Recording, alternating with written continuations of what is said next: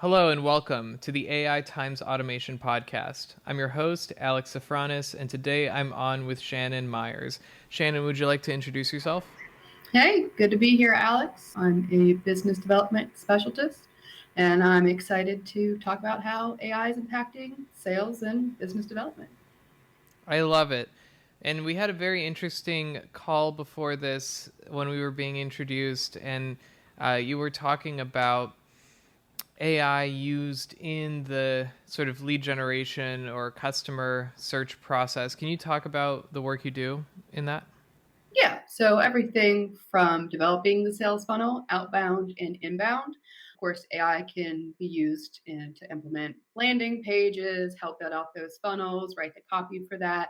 I think that we've exacerbated a lot of the entry level AI options to help with that. I'm sure things will get a lot better. Everyone's adapting really well. But yeah, so just making sure that everything's aligned. And really, what I think the most valuable thing will be is using AI to create value with your clients. So every time you're talking to a sales trainer, they're expressing over and over again how you need to bring value to your clients.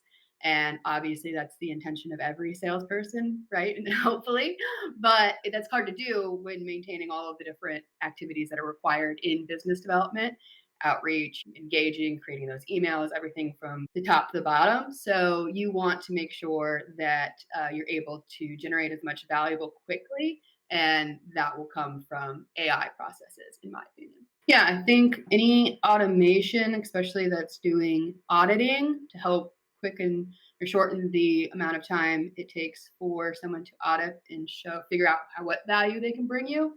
That's been very helpful. So basically just connecting the tools that somebody already uses, like SpyFu, those types of things, together with an AI chatbot processor to be able to quickly identify and explain the value, like an assistant mode, if that makes sense. And then the tools, like I said, with helping with email. I don't think they're there yet with customizing the email. I think there's a long way to go in terms of actually being able to customize in an effective way. But where we've come from just in the past year has been amazing to be able to scrape a LinkedIn account, scrape a website, and to be able to come up with different ideas. I think it's really helpful to just get those ideas flowing, especially in a virtual setting where a lot of people are working remotely in sales. And that's one thing I will say I miss about in person is that I could have a team that I would be able to bounce ideas off of. And virtually it works, but having that chatbot be able to, or assistant be able to help me generate those ideas, just it shortens that process. That makes sense. Thanks for explaining that. And now, a quick word from our sponsor, me. I want to tell you about all the different podcasts I'm doing because you might just be listening to one, and I want you to know about all of them. So, the A. Safranis podcast network includes marketing times analytics, AI times automation, security times privacy. There's also a couple other bonuses like Extraordinary People and the Lake County District 18 podcast, which is a political focused podcast about the Lake County area in Illinois. So there's a little something in there for everybody. I really hope that you enjoy the podcast. Go check out the other ones. I will leave the links to all the episodes, all the podcasts from the various podcast titles in the description of this episode so that you can check them out. I encourage you to do so. I hope you'll find it interesting, and I hope that you have an excellent day ahead. Thank you, and now back to the episode. So I'm interested in how AI lead gen works in today's day and age, and specifically how the prompting works for that. Can you explain that? Yeah. So if you're going to use any AI to generate email copy, if you're doing outbound anything, I would also say like advertising, which is obviously a big marker here, and anything where written copy is involved, you're not just asking AI, hey, write this email. You really have to train the AI and make sure that it understands the problems, like the target customer that you're trying to obtain, and like their problems and the symptoms of those problems. So you really have to take it through that process of, this is who I am, this is what you are, I'm an expert in this, you are also an expert in business development. We are focusing on this industry, for example, e-commerce. Let's go through the process of identifying who we should target in an e-commerce brand. Once we identify that, what do they care about? Okay, once that target audience or that persona, and we know what they care about, what are the symptoms of the problems that they experience, so that then you can ask the AI then to tailor those responses and give you email ideas and content creation ideas, copy ideas. It really, when I say that ideas, I really do mean ideas. I don't think I have ever directly copied and pasted anything from AI yet in terms of email outreach methods or anything like that, or for directly from an AI to a landing page with the intention of driving that funnel in. But I have been able to generate a lot of templates that work and just brainstorm. And I think that's where a lot of people aren't utilizing AIs. They want the shortened process and it to be AI perfect, but you really have to adapt the AI with those prompts to understand, to get what you actually need. Does that make sense? Yeah. Yeah. And what about for for finding leads? How does that process work?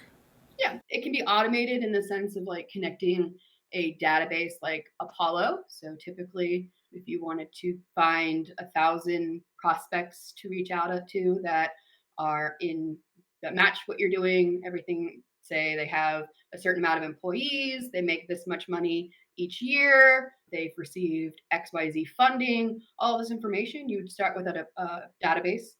You would go in there, put in those filters, and then be able to look at thousands of businesses. That process can be automated in terms of course saving those searches and implementing it through an automation platform like Zapier.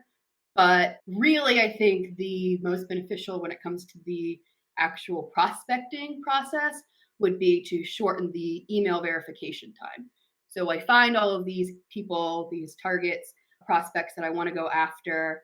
I then need to verify that the contact information that I'm able to find is valid so that I don't risk my spam on my email domain.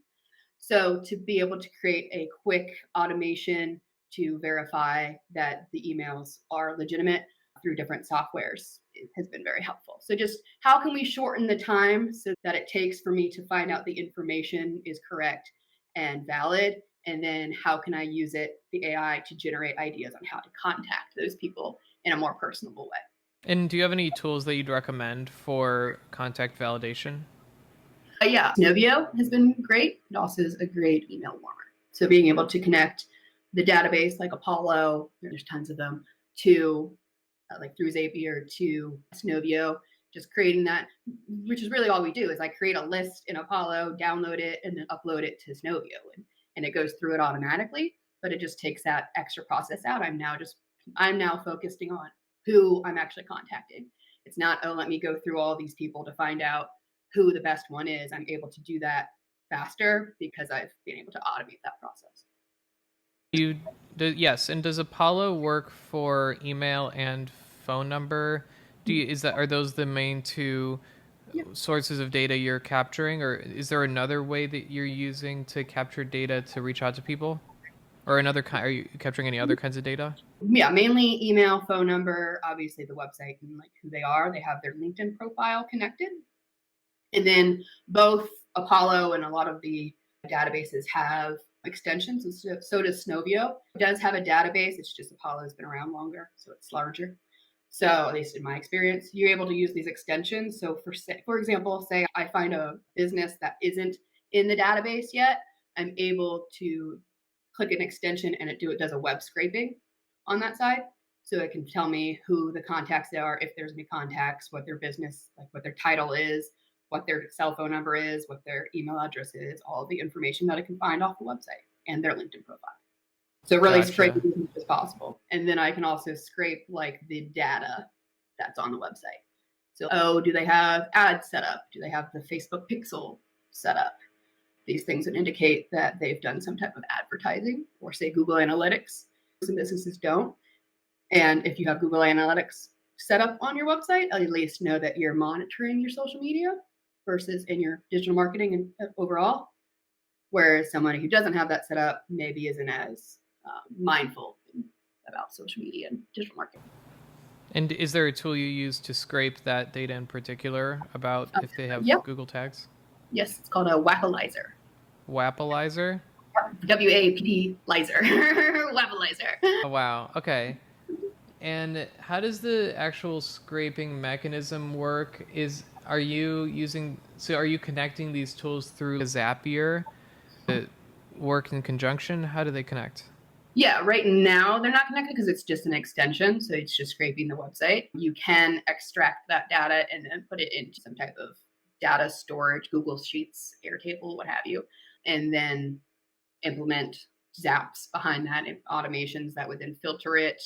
Say you wanted to collect the data for an audit, and then you wanted to put it into a GPT, a custom GPT that you've built.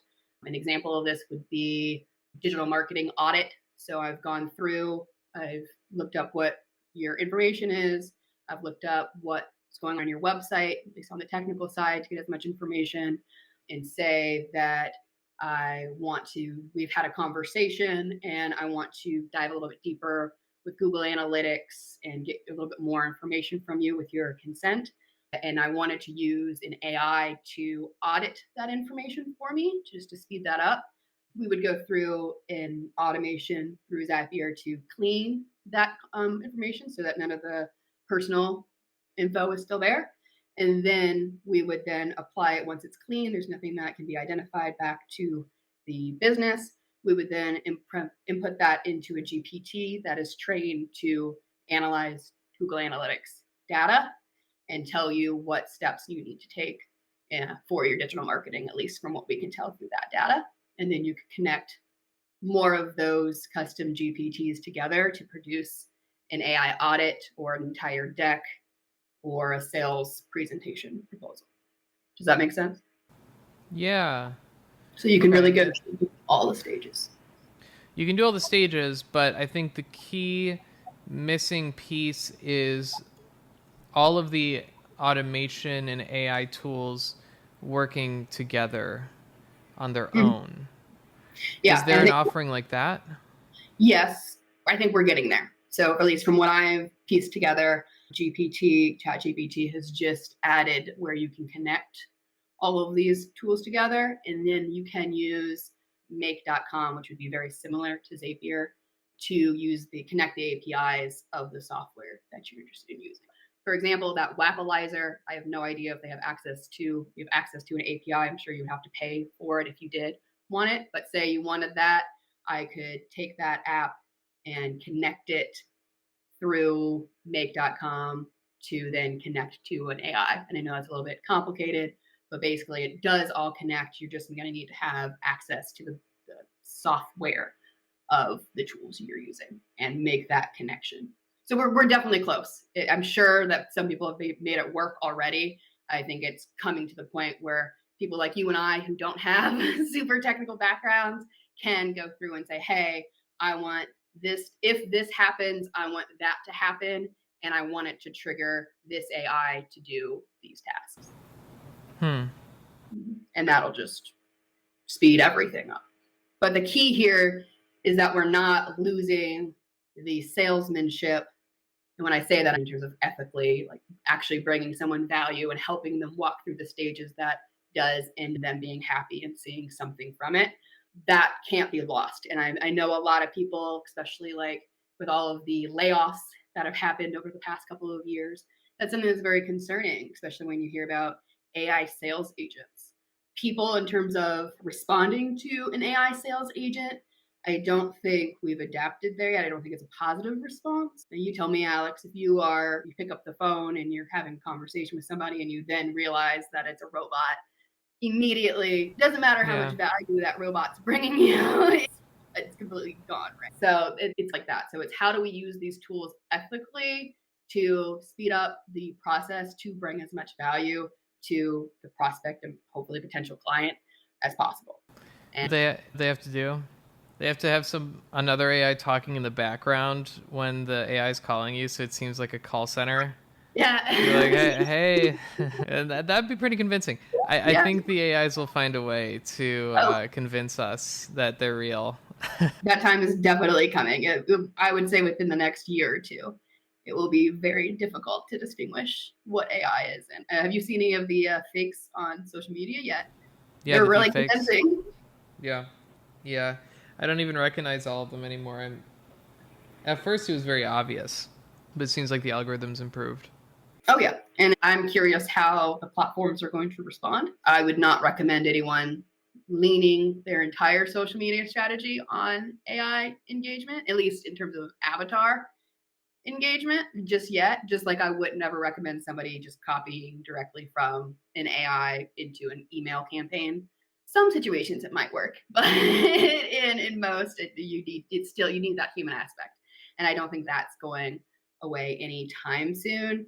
But you're right to the point where you can have these deep fake AI accounts, but on the positive side, now people who have no desire to have a public influence presence are able to create content and present it in ways that might register to their audience better. And again, it needs to be done ethically. There's a lot that needs to be monitored, and you're going to have a lot of self-regulation and Hmm. making sure that you're going back through and seeing what you've done and making sure that reflecting on what you've done and making sure that you aren't crossing that line, because I think that line is going to get a little blurrier as all of this progresses. Yeah, definitely. Do you think that right now is a good time to start an AI based business because the regulation hasn't quite caught up, and it's likely that it'll be limited in the future? I think that definitely an AI based business for sure. It would just be, do you have the resources and or the know-how to implement your services outside of an AI avatar being your lead? And so it's not that, hey, you shouldn't have an AI based business, because it's obviously it's going to be here to stay, just like cryptocurrency is here to stay. And we've been talking about cryptocurrency for 10 years, regardless if everyone's opinion is either they love it or they hate it, but it's here and it's going to continue to be here. So I would say just be smart and don't back yourself into a corner with being too dependent on AI. As I mentioned, like performing an audit is great. If I can create an AI chain of systems that can do that process, like we mentioned before, cool. But I also need to be able to do it myself. I need to be able to take that data and information and say, okay, this is why you should do this, and make my recommendation and explain the value and really sell that product home without utilizing AI. So it should be a tool, but it should not be the end all be all to the business. Does that make sense? Yeah, Because like I like AI that. automation is a great business to start. Obviously, it's very similar to like social media managing or social media agencies in the early 2000s. So it's really exciting right now, and it's going to probably be exciting for the next couple of years. But at some point, it's just like right now with social media. Most people understand how social media works, at least on some level. So it's not as exciting for you to come in and be say, "Oh, I'm a social media manager. I can get your content to XYZ likes," because they've heard that now for 7, 8 years, right? Yeah. So that's really what it's going to be. Is everyone's going to get used to hearing it and saying, "Okay, what does it actually mean? How are you doing it?" Now normal people understand how AI works. Normal people now understand how social media works. And now I can determine if you're actually legitimate or not. And that's what we're also going to see. So the people who do it ethically and utilize those tools and have the backup systems to ensure that they're not dependent 100% on AI will probably be able to navigate the shift that's happening better and more efficiently. Okay. What do you there's a couple directions I could go. What do you see as the technology coming after AI? The technology coming after AI, Yeah, what's the next big technology that you think will develop or become more broadly useful? I would say anything that adapts to the general audience. similar to Facebook. Not to always bring it back to social media, but I guess the trend is nice. Facebook wasn't the first social media platform. People are using MySpace and things like that. There was just this disconnect where the adaptation hadn't happened, right? There was the shift. Everyone was coming from the 90s of, hey, this is brand new, nobody knows what's going on, to MySpace and to other platforms that were very specific to like careers and specific interests. And then the one unifier was Facebook, where it could come in and everybody come in, and now you have all these groups and whatnot. So I don't think it will be a platform, but it will be allowing AI to be more accessible, even though it is fairly accessible. It's also the education behind AI, because everybody using it now may not be tech savvy, but I would say it's probably fair to say that they would be able to explain what the blockchain is, right? Maybe not all of them, but if something, I would say a lot. If I'm going to have a conversation about AI, I assume you're also going to be able to explain, oh, hey, this is how the metaverse works or blockchains and how those connect, just because that means that you've been aware. There are a lot of people that have no idea what ChatGPT is still, right? Yeah. So it's how do we bring this information to them in a way that isn't as aggressive as, say, what happened with NFTs. NFTs are great.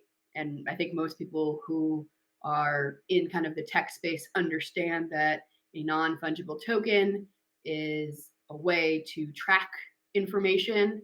And yes, it exploded during the pandemic, and everyone didn't understand. A lot of people didn't understand a lot of it and pushed it away. There was a lot of rejection because of how I believe it was marketed and brought to the public. And there was a lot of scamming, and it would just happen too quickly. So we need to be very careful that doesn't happen with AI, in the sense that it's moving too quickly.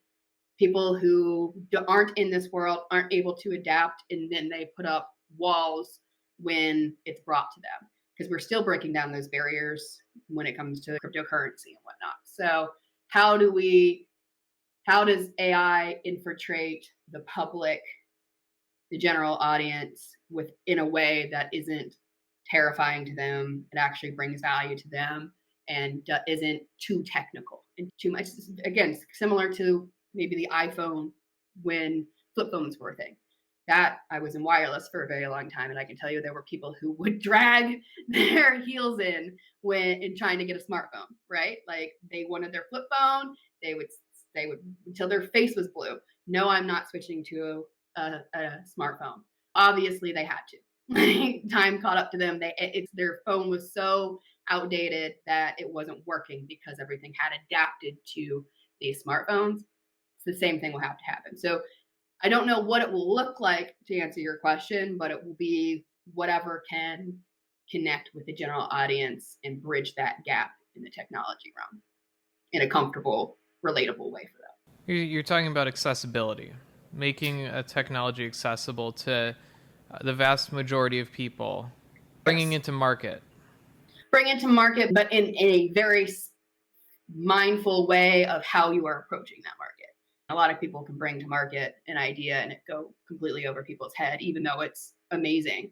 And it might just be too advanced for the time, which would be similar to the cryptocurrency NFTs things. It was just too advanced. It was cool, but too advanced. Everyone was too against it. So how do we bring it to market in a way that people don't shut down immediately? Because this is a pretty cutting edge technology that we're talking about.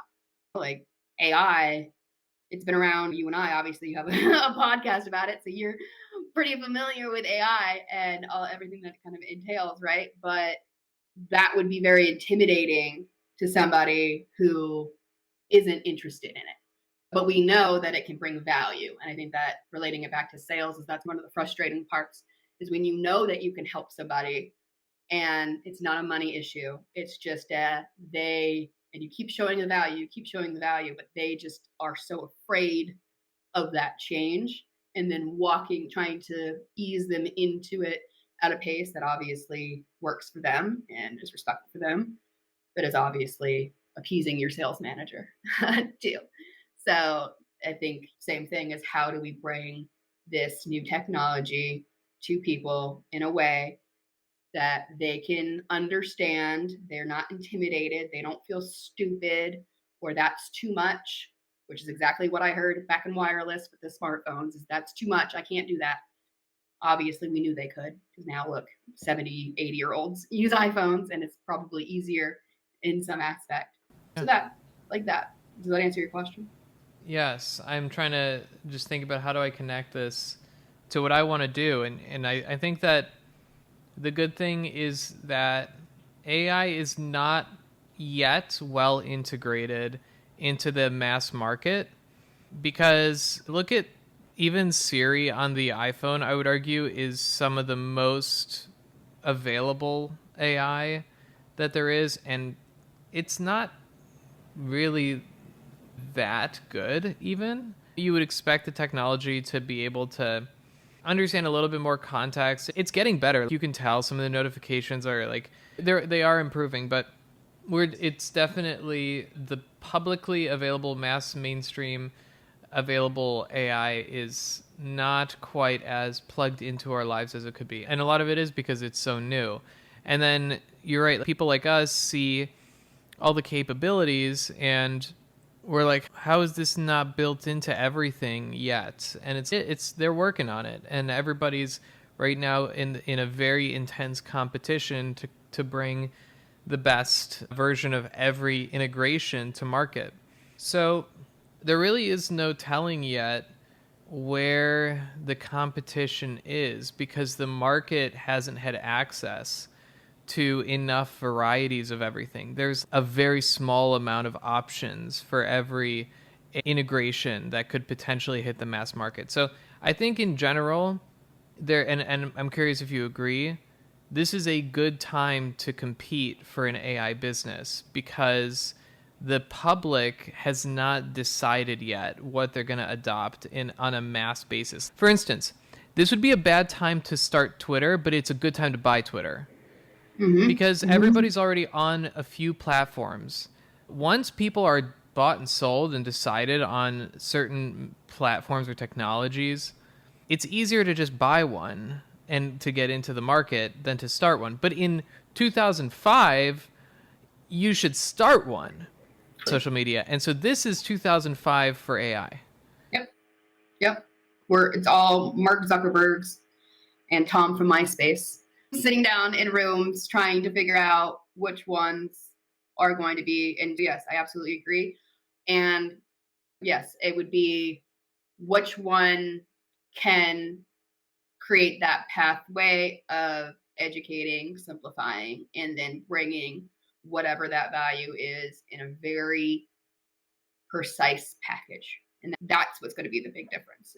There's going to be tons of AI that's out there that's great and can change the world, but it will not matter unless they also focus a lot of time and attention on that go to market strategy of how, and it's going to have to be very specific and very personalized to each type of person, obviously depending on the service and value there. Right. So yeah, it's going to be that's what's going to make it win. Whoever can get it into the hands of the mass market in the most efficient and valuable ways possible. That's really, and it's going to be a lot of trial and error. Unfortunately, a lot of businesses are going to have great products. They're going to go to market. They're going to think that they figured it out, and they're not. And we're just going to have to all learn from one another on how to approach this new technology and how we do integrate it into our businesses, our lives, who is more likely to adapt, and we don't know anything. We don't know how, right? We have all the information over the past 20 years. And I think that's what people don't acknowledge and take a step back when we get so excited about AI. To your point, people like you and I, we get very excited. We see this and we're like, how is this not in everything?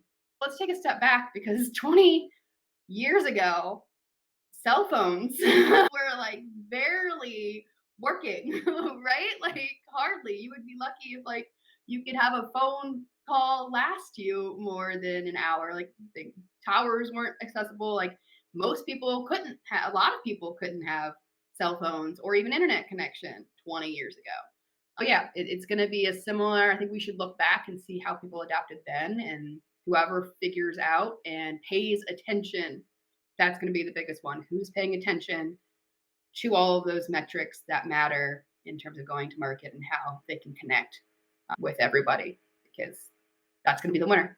And it might not even be the best AI. That's what's going to be interesting. There will probably be better AI out there, but it's going to be the one who gets into the pockets financially and on the cell phone, mobily, of how do we implement this in an effective way. Very interesting. And yeah, it's really making me think about the AI business I want to build. We talked about it on our previous call. I don't want to just talk about it on every episode, and I really like where this is going. So maybe at the end, if I run out of questions, I'll ask you some questions about it. But for now, I'm curious what you think about the future of how we will interact with the internet. That's like Web3 and where things are going. What do you think as you imagine into the future? How do you think how our interaction with the internet will change? It can go a lot of ways, obviously. I think what a lot of people aren't considering when talking about this is the dopamine detoxing that a lot of humans are intentionally doing from social media devices. I don't think we're going to ever go back to archaic times of nothing in the home, but I do know a lot of people who are intentionally trying to limit their experience time. So I would say that it's going to be, when they are engaged online, they're going to want the best experience possible. And I think that's what we're going to see. In the early 2000s, everyone was just excited to see blog posts, right? You could just get this information. But now everybody has been on and writes their opinions in blogs. And now we have AI writing blogs and hopefully they're being checked by humans, but half the time they're not. So there's just this plethora of information out there now. And humans have now said, you know what? I know a lot of this is fake. I know that a lot of it is just fluff. I know that all of it is designed to put me into a sales funnel. How do I navigate online, which is a resource we all know we need. We're all used to being able to answer questions rather quickly. But how does that factor in? Yes, we want to be online, but I think it's going to be quality over quantity. Where right now, it's very much like just get as much content out as you can, get as much blog post out as you can, like as much ads out as you can. And yes, of course, advertising and marketing is sales is a numbers game, but at the same time, I really think it's going to be quality. And we're seeing that with TikTok and Instagram, right? Like the people who make the quality videos, who are sitting there and investing in the cameras and investing in the acting courses and all of that, are the ones who are seeing success easily on, or like more easier on Instagram, TikTok, YouTube. Okay. Yeah, quality over quantity. I think that's definitely the trend, especially as we see companies offer packages for media that is without ads and with ads and this sort of freemium model. I think that's really interesting, that we want everything to be more saturated with value instead of mixed. That's interesting. I think you're right. Because if you you're talking about like Web3 and metaverses. Do you have any experience in like Decentraland? I've heard of it, but no, Yeah. I have not used it. Yeah, I popped in a couple times, and it's actually great for networking. There's a couple networking opportunities in there, just meetings. But in terms of how it operates, is it cool? Absolutely. Do I think most people are going to want to access Decentraland? Probably not. Roblox, I would be more in tune. Obviously, that's a little younger than my generation, but that is a metaverse that has taken off and has infiltrated the younger generation. So I just don't think it's there yet. Like Decentraland is cool, but it's very like sim-like. And I don't think it has that wow factor. And again, back to the accessibility, I just don't think a lot of people have the devices that are required to to enter the quality space that it will take to actually move that needle forward. Because like we said, it's going to take, people are wanting to see as much quality as possible, where if you know that the quality is in the metaverse and that value has to outweigh whatever you're getting at your current Web 2 world. And it's just not there yet. Why would a normal person who isn't a gamer, who doesn't care about Roblox or any of that stuff, okay, outside of the, oh wow, we're excited, why would you enter these spaces? Yes, the Facebook headset's very cool, and they have brought the price down just over the past couple of years. It's even become more accessible, but it's still very unknown. I think a lot of people still have a lot of like guards. So I think, just again, relating it back to, approach it like Y2K in 2000, like in the 2000s. Everyone was terrified of what was going to happen with all of this new technology, and the people and the companies that kind of held their hand and made it so that it was not as scary to enter this next phase of Web3, metaverses, AI, were the ones that succeeded. And I think we both agree that was Apple, unfortunately, even though I'm not a big fan of Apple. Everybody, all my friends watching this are going to message me and call me a hypocrite, but I would say that Apple, with their computers, did a great job at showing, hey, this is a home computer, this is how you use it, and can actually change. So yeah, it'll be the person who can show that quality and show it in a way that fear of missing out. And I don't think that fear of missing out is there yet for most people. Oh, I love it. They're not missing out. It's cool. And even people who I try not to be the person who talks about crypto and metaverses at a party, but I do try to explain it to people, because I do think they need to know if they're open to that conversation. And yeah, they're like, yeah, it's cool. I get it, and it's cool, but why do I care? And I'm like, you're right, you wouldn't care. I shouldn't even, in terms of like how it implements my life, I shouldn't really necessarily care. I just know I will care. And the people who adapt sooner and wrap their minds around how this can change things sooner are going to be the ones, hopefully, in the driver's seat. And my intention is to be in the driver's seat, helping everybody else who didn't adapt make that change. Yeah. Oh, the transition is going to be rough, because this, it's a lot riding on. Yes, and the technology of AI is one of compression. Like, you can now compress two or three people's productivity into one person with an AI assistant. Well, what do those two people do then? And that's going to be quite an adjustment, and it's not even really going to be fair, because those two people are probably good at their job, or it's not really because they're not good at their job. It's just because they're not the best, which there's only going to be a limited number of people that are the best performers who are going to get that increased bandwidth. And you have to consider that the best is relative to the situation and time, especially in sales, i.e. I've been the best for quarter 4, but my quarter 1, I might not be the best. And somebody who was behind then has a great quarter 1 and pushed the team over and made it so that the sales team hit their numbers. What is the best is going to be, we're going to have to explore that and say, okay, do we want just the best, or do we want consistency and people who try? And then you're right, pairing it with AI, what does that look like? Yeah, I think the one good part about it, so I don't think it's like actually two people lose their jobs, because the economy also grows with technological innovation. So the quality of services for the cost increases, and the value increases if our technology improves. And so as the economy gets bigger, the company can have more people. Like, they would want not one person replacing 3, but 3 people now operating with the value of 9 people. That's fine too for the business. A lot of businesses want that too. Increased productivity is a good thing. It doesn't necessarily mean replacing people in order to cut costs. They do still want to have that value. But also, we are facing a potential population collapse. I think it depends how well we do.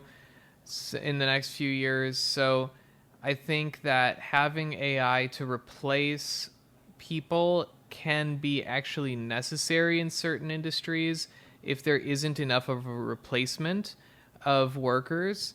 So I think that the forces will almost balance each other out. And I'm curious how we'll actually end up, because it could end up just positively benefiting the economy and businesses just get bigger and they just get more effective with AI. And I feel like that's at least equally likely. Just guessing. Yeah, no, everything you're saying is definitely that possible and valid in terms of coming to fruition. I would just say how painful is the that swing, because yes, it very well could end up where it is beneficial, but the growing pains, how that's going to be the question, is how painful, because we're talking about AI and efficiency, but as we're all doing this to be connected as a human race, we can't take that part out of it. And you're right, hopefully these people don't lose their jobs and the business can grow, but I think it will take a lot of people, unfortunately, to lose their jobs during that. How? Because there's still so much unknown in what is the most efficient and what is the most ethical way to implement these advances.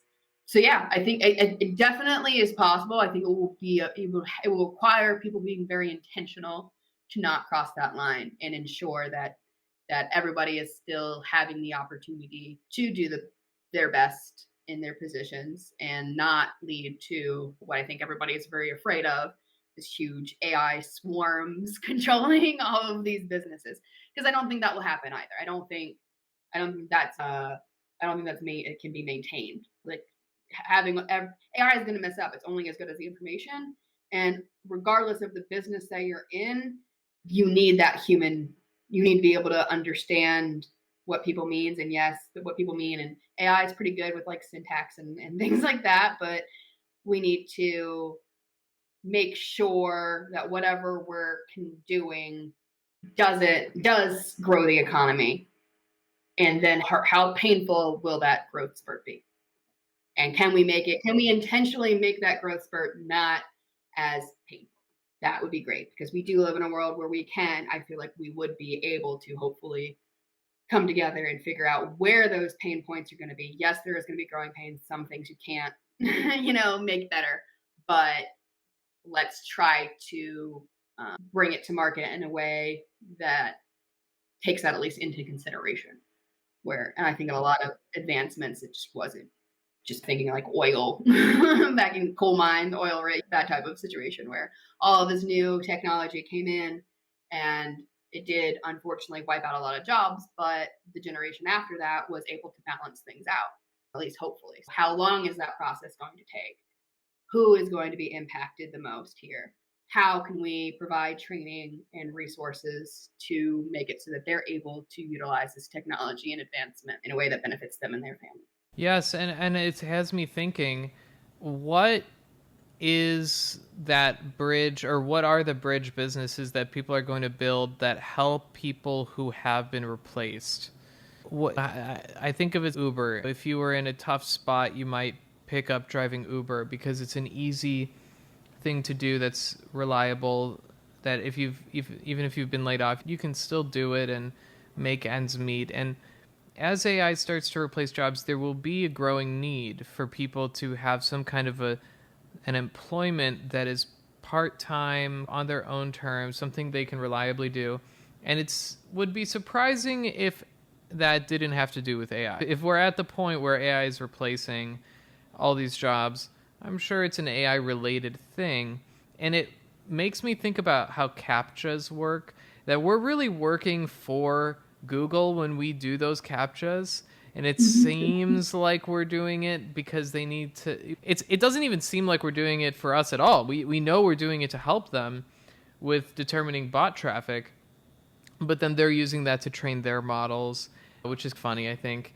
So maybe it's something like that, where the AI needs human interference to validate certain things, and that could be their job at home, and it's just an app on their phone, and they're just tapping away, and then they could be paid for that.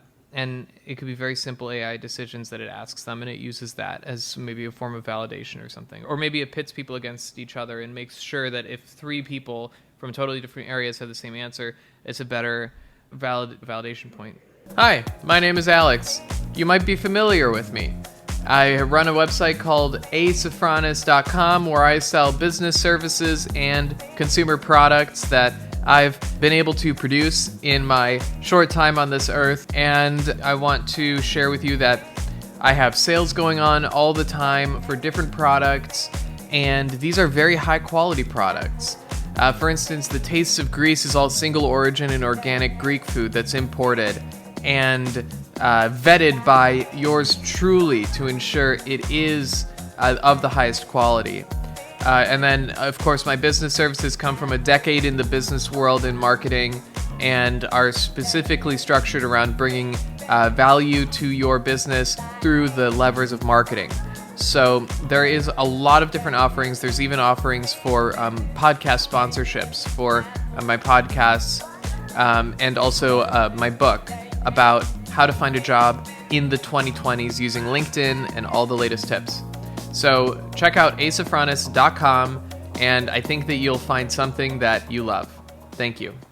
And I'm sure I wouldn't be surprised if that doesn't already exist. It's just accessibility. And you're right, like that, what you're describing right there might be that bridge that's needed and can be the spearhead of how do we bring this technology to people. And it might be in a way that is solving the problem that AI advancements unintentionally cause, because that's just part of growing with technology. And that you're right, and that could be it. And if you could do that in a way that solves and is presented in that nice package like we mentioned before, that could be the pathway. That could be the effective pathway that actually moves the needle and gets people to say, oh, we'll see. We'll just have to see. That's really, and it's going to take people like you who are having these conversations. What does this look like? How is this being implemented? Who, what, where, why? So over and over again. Who, what, where, why? Over and over again to really find the answer, because we're not going to know for a very long time. And if nobody's watching and no one's monitoring, then we backed ourselves into a corner. It's good that these conversations are being had on just our kind of level of what's going on. Let's just figure out what's happening. And then on more of the technical side and more educated side of Cambridge and Harvard I know they just had some conferences and keynote speakers on the topic, because it's going to be, and I think people are almost sick of hearing AI, where I've actually partnered and am helping develop a sales funnel for a developer. And the personas that I just have to be very careful with who I'm talking to and how technical and word AI can excite some people. It's scary to others. Same thing with automation. So it's really interesting to see what type of people, I don't want to group people into groups, but what type of people are more open to adapting, which ones think it's cool, but aren't going to adapt for whatever reason. What are those reasons? And we're at a really cool time. It's a really great time. If you have your eyes open and your head on a swivel, you'll be able to figure it out and definitely get in there. Yeah, no, and I think that's a great note to end on. But I definitely want to do a follow-up at some point, because this is such an interesting area and you have such great ideas about it. And I feel like you have a very crisp vision of the industry as it is and where it's going. I think that's very valuable. So thank you for sharing with us.